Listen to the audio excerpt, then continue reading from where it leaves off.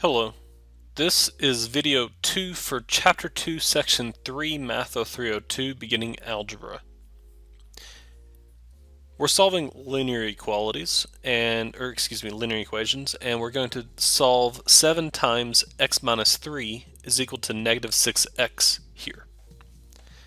Now, we need to simplify both sides of the equation before we do anything. So we're going to distribute the 7 here.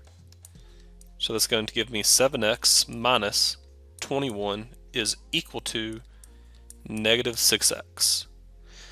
Now I need to get all x's to one side and everything else to the other. I can add 6x to both sides, or I can subtract 7x to both sides to get all of the variables on one side. Most people are going to say add 6x, so I'm going to go ahead and do that. So I'm just going to add 6x here. So we're left with 13x minus 21 is equal to, now over here negative 6x plus 6x gives me 0 because negative 6 plus 6 is 0 and there's nothing else, so the right hand side is 0, and yes, you have to put 0. Let me make that possibly a better 0 and a little bit better. Now I need to get the constant term to the other side. 13x minus 21 equals 0 means I need to add 21. So I'm going to add 21 to both sides. So that gives me 13x is equal to 21. Now remember, as we're doing this, you can only move terms from one side to the other side of the equality by adding or subtracting. Okay. Now once we get to here, once it's in this form of ax equals b, that's whenever you can start multiplying and dividing.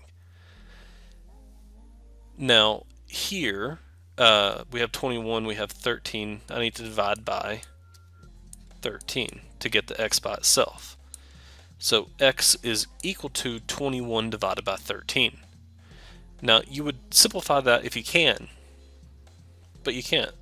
13 is just 1 and 3, 21 is 1 and 21, and 3 and 7. None of those are common factors except for 1, and we don't really consider that. So that means that x is equal to 21 over 13. Okay. Now, we want to check to make sure that this is correct.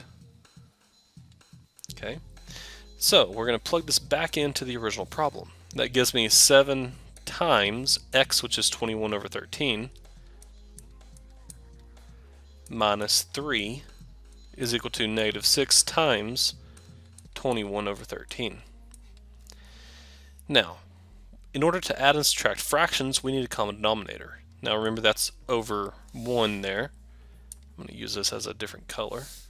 So between 13 and 1, the least common denominator is good 13. So I'm going to multiply top and bottom there by 13. So we get 7 times 21 over 13 minus 3 times 13, which is 39, over 13 is equal to, now over here I'm multiplying. 6 and 21 share no common factors with 1 or 13, which means we need to multiply. 6 times 21 is 126. And notice that it's going to be negative here. Now we have 21 minus 39. 21 minus 39, well, you subtract, so that's actually 39 minus 21, and if you are having a hard time seeing it, 39 minus 21, 9 minus 1 is 8, 3 minus 2 is 1, so it gives me 7 times 18 over 13, but notice that the 39 is larger than the 21, which means the sign is negative. And that's equal to negative 126 over 13, we're hoping at least. And again, make that over 1 and multiply. 7 and 18 share no common factors with 1 or 13, so you're just going to multiply straight across. So I need to do 18 times 7. 7 times 18 is, 7 times 8 is 56. Carry the 5. 7 times 1 is 7, plus 5 is 12. So that's going to give me negative 126 over 13 is equal to negative 126 over 13. Notice that checks out. Even though you're probably not liking the fact that it was 21 over 13 for the answer, that's actually what it turns out to be. Please do not be afraid of fractions. Go practice them. It's one of the most important skills that you're going to get out of this class, more than likely, besides, how to do linear equations like this. So please, go practice your addition, subtraction, multiplication, and division of fractions. Also practice your simplification of fractions, which means you need to practice your math facts. Okay, so 21 over 13, although it might not look like something you like, that is the solution. Now, if you really don't like it, we can actually make this into a mixed number. So 21 over 13, if I actually do the division, 13 goes into 21 only once. 1 times 13 is 13. Subtract, that gives me 8. 8's less than 13. Good.